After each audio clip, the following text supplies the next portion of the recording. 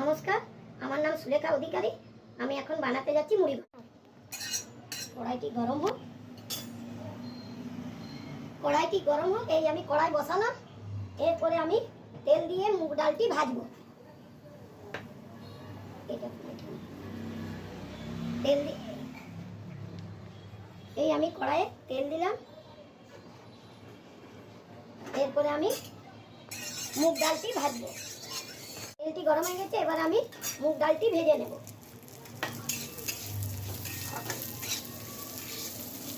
মুগ ডালটি আমি ভাজছি। মুগ ডালটি ভাজা ভাজা হয়ে গেলে আমি এই মুগ ডালটি ভাজছি।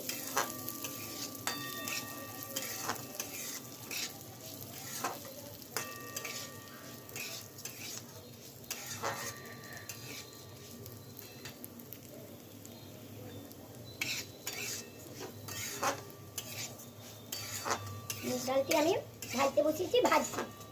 ভাজা হলে জল দেব।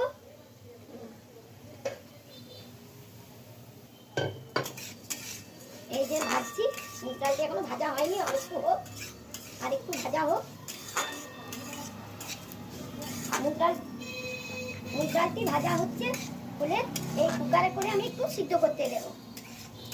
মুগ ডালটি ভাজা হয়ে গেছে, আমি এরপর একটু গ্যাসটি কমিয়ে দিচ্ছি। দিয়ে আমি এই কুকারটা বসিয়ে আমি এই ডালটি কুকারে ঢেলে দিচ্ছি সিদ্ধ হওয়ার জন্য। ডালটি সিদ্ধ হলে এই সিদ্ধর জন্য আমি এই কুকারে ডালটি দিলাম। এরপরে আরেকটু জল দেব। এরপরে আমি নুন দেব, আন্দাজ মতো নুন দিলাম। তারপরে আমি এই হলুদ দিলাম, দিয়ে একটু নেড়ে দিচ্ছি। নেড়ে আমি এবারে কুকারটাকে ঢাকা দিয়ে দেব। কুকারটা ঢাকা দিয়ে দিলাম। এরপরে ডালটা সেদ্ধ হোক, তারপরে আমি আপনাদের আরো দেখাবো। আমি এরপরে দেখছি ডালটা সেদ্ধ হলো কিনা। হ্যাঁ, ডাল সেদ্ধ হয়ে গেছে। এরপরে আমি ডালটি নামিয়ে নিলাম। নামিয়ে এবারে কড়াই বসালাম।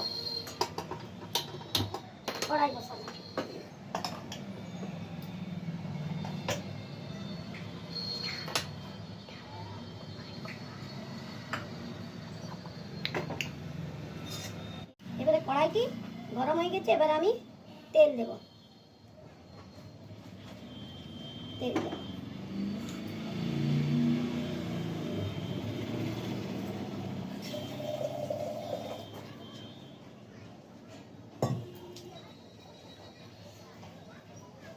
তেলটি গরম হোক। তেলটা গরম হয়ে গেছে, এরপরে আমি তেলে গরম মশলা দিলাম, তেজপাতা দিলাম, পাঁচফোড়ন দিলাম। এরপরে আমি নেড়ে আমি এই মশলা বাটাটা আছে ওইটা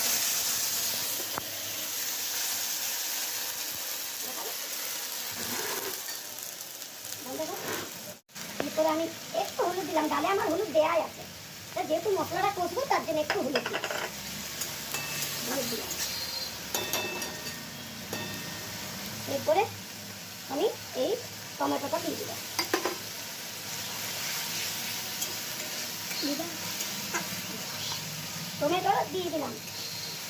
আমি এই টমেটোটা দিয়ে দিলাম। টমেটোটা দেওয়ার পরে অল্প নুন দেবো, ডালে আমার নুন দেওয়া আছে। অল্প দিলাম, একটুখানি আমি জল দেবো, তাহলে টমেটোগুলো দিয়েছি, নাহলে তলায় ধরে যাবে।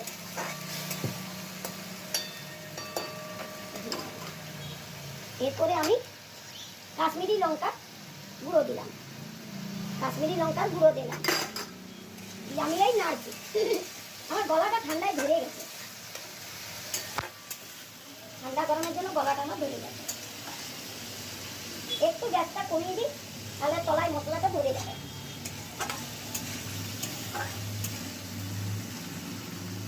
আর একটু জল দিই, মশলাটা ভালো ভাজা হবে। এরপরে আমি একটু ঢাকা দিয়ে দিচ্ছি।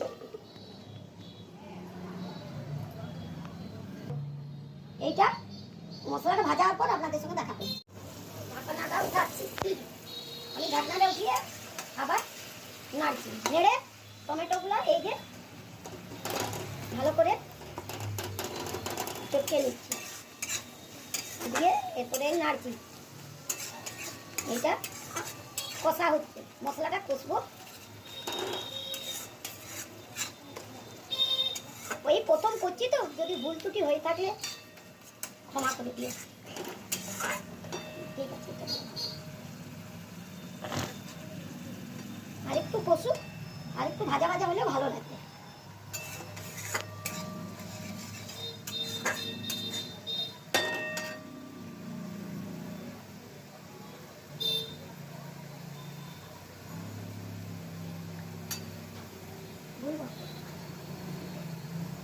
একটু আমি মশলা তুলে রাখছি, কেননা এটা পরে আমি মুগ ডাল দিয়ে ছেলের জন্য করবো। ছেলে মাছ টাছ খাই না তো, তার জন্য মশলাটা আমি আলাদা তুলে রাখলাম। তুলে রেখে এরপরে মাছ ভাজার মাথাগুলো আছে, এইগুলো আমি কড়াই দিয়ে দেবো, দিয়ে এরপরে নাড়বো।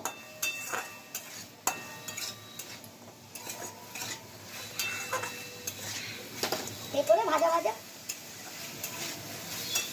এই যে ভাজা ভাজা করছি, মশলা দিয়ে মাথাগুলো নাড়ছি। এই দেখুন, এরপরে ভাজা ভাজা হয়ে গেলে, আরেকটু ভাজা হোক, আরেকটু ভাজা হলে আমি এই ডাল, এই যে ভাজা ভাজা হয়ে গেল, এরপরে আমি এর মধ্যে মুগ ডাল সিদ্ধ করে রেখেছি সেটা দিয়ে দেবো। মুগ ডাল সিদ্ধ করে এই যে এইটা আমি দিয়ে দেবো। একটু জল দেবো, জল দিয়ে আমি একটু ওই কুকারটাই ধুয়ে ওই জলটা আমি আবার কড়াইয়ে দিয়ে দেবো। দিয়ে দিলে এই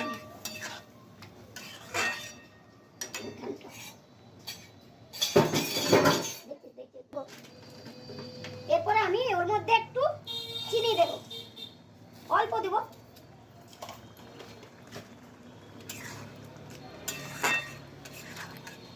একটু বাড়িয়ে দিই।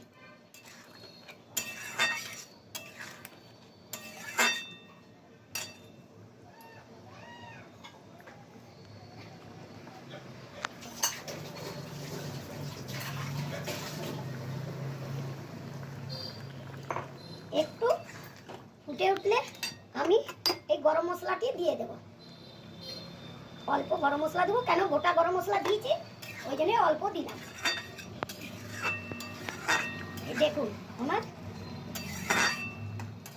মুড়ি ঘন্ট হয়ে এলো। আর একটু ফুটুক, জলটা একটু মরলে নামিয়ে দেবো।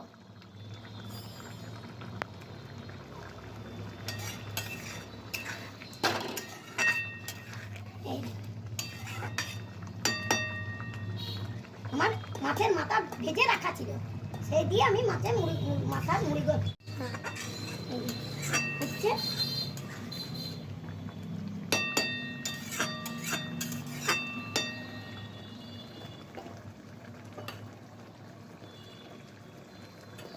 আমার এই গলাটা আমার ঠান্ডা ঘুরে গেছে, আমি এরপরে গ্যাসটি বন্ধ করে দিলাম। আমার মুড়ি ঘন্ট হয়ে গেল।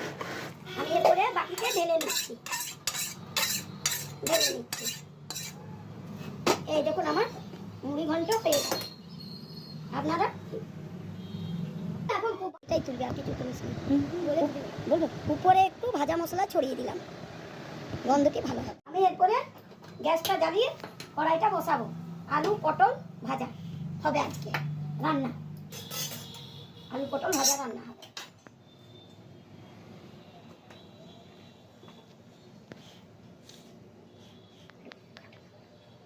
এরপরে কড়াইটি গরম হয়ে গেল, এরপরে আমি ভাজা বসাবার জন্য তেল দিব। তেল দিলাম,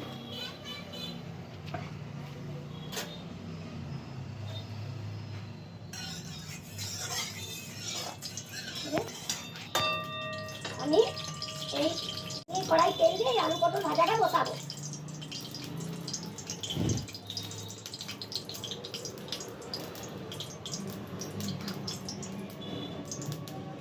তেলটি গরম হয়ে গেছে, এরপরে আমি আলু পটল ভাজাটা দেবো।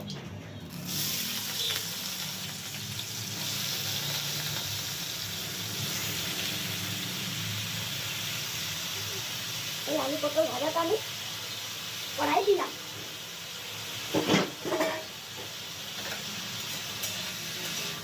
এরপরে আমি নাড়ছি। এরপরে আমি হলুদ দেব, অল্প হলুদ দিলাম।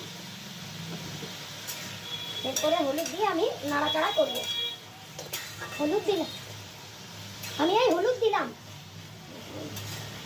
এরপরে নেড়ে আমি এই নুন দেব, আন্দাজ মতো আমি নুন দিলাম।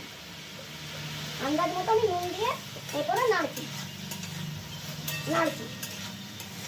নেড়ে আমি এরপরে চাপা ঢাকা দিয়ে দেবো, আর গ্যাসটা একটু কমিয়ে দেবো। আস্তে আস্তে ভাজাটা হবে, নাহলে তলায় ধরে যাবে।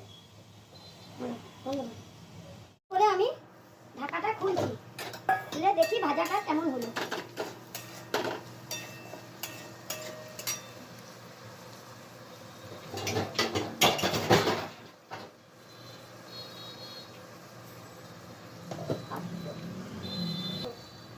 এরপরে আমি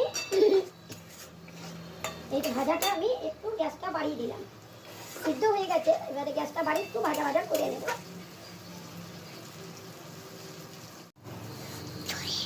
ভাজাটা এই হয়ে এসছে, আর একটু ভাজাটা হয়ে যাক, তারপরে নামিয়ে দেব। আলু পটল ভাজা আজকের মেনু। এইদিকে ভাত বসিয়ে দিয়েছি, জল গরম হতে দিয়েছি। আর হয়ে গেলে তো সবার সঙ্গে তুলে দিবে। এটা ভাজাটা হচ্ছে, একটু ভাজাটা আর একটু হোক, হলে নামিয়ে নেব। এরপরে আমি এই ভাজাটা এরপরে নামিয়ে দেব। আমি এরপরে ভাজাটা নামিয়ে দিচ্ছি। এরপরে আলু পটল ভাজাটা আমি নামিয়ে দিচ্ছি। আলু পটল ভাজা পেয়ে গেছে।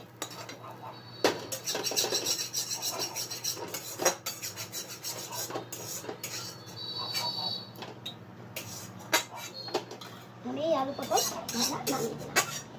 এর উপরে আমি আর কড়াইটা দেবো না, এটা ভাজা তো, ওই জন্য আর কড়াইটা ধুলাম না। না কড়াই তেল দিয়ে মানে আলু পোস্ত বসাবো, পেঁয়াজ ভাজছি। পেঁয়াজ দিলাম, পেঁয়াজ ভাজছি, আলু পোস্ত করবো। আলু পোস্ত করার জন্য আমি পেঁয়াজ ভাজছি। ভেজে আমি এরপরে আলু দেব। পেঁয়াজটি ভাজা হয়ে এলো, খুব লাল করে ভাজবো না, অর্ধেক লাল করে ভাজবো। ভেজে আমি আলুটা তুলে দেবো। আমি এই আলু দিচ্ছি। আলু পোস্ত করার জন্য আমি এই আলু দিলাম। আলু পোস্ত করার জন্য আমি এই আলু দিচ্ছি। আলু পোস্ত করার এই আলু আমি দিলাম। আলু পোস্ত করবো এই আলুটা নেড়ে এরপরে আমি নুন দেব। আন্দাজ মতো আমি নুন দিচ্ছি। নুন দিলাম, দিয়ে আমি এই নাড়ছি। আমি আলুটা নেড়ে একটু অল্প ঢাকা দিচ্ছি, একটু ভাজা ভাজা হোক। আমি এরপরে পোস্তুর ঢাকাটা খুললাম। আলু সিদ্ধ হয়ে গেছে, এরপরে আমি পোস্তটি দেব। আমি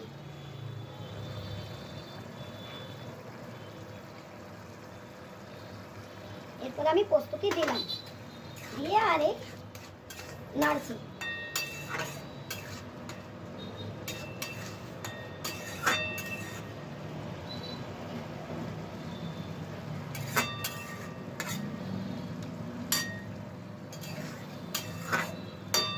করে আমি একটু উপর থেকে তেল ছড়িয়ে দেবো, উপর থেকে একটু তেল দিয়ে দিলাম, গন্ধটা ভালো লাগবে।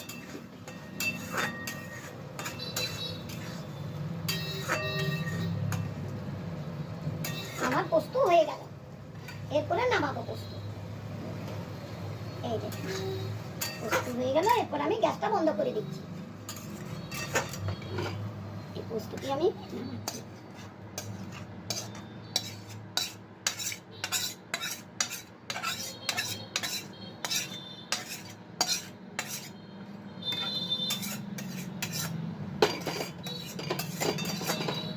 আমি এই পোস্ত নামিয়ে দিলাম,